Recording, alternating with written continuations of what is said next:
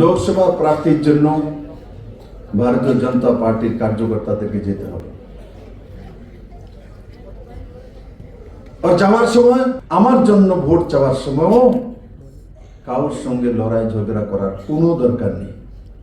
যারা কংগ্রেস সিপিএম এখনো করে, আমরা চিনি, বাড়ি বাড়ি চিনি কে কোন পার্টি করে, তাদের কাছে গিয়ে একটাই কথাই বলা হবে, বিপ্লব দা বা আপনাদের বিপ্লব পাঠিয়েছে, উনি লোকসভার প্রার্থী হয়েছেন, আপনারা জানেন।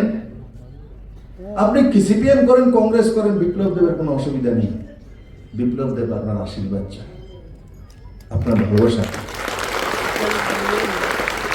আপনি মন থেকে কি করবেন না করবেন আমরা জানি না।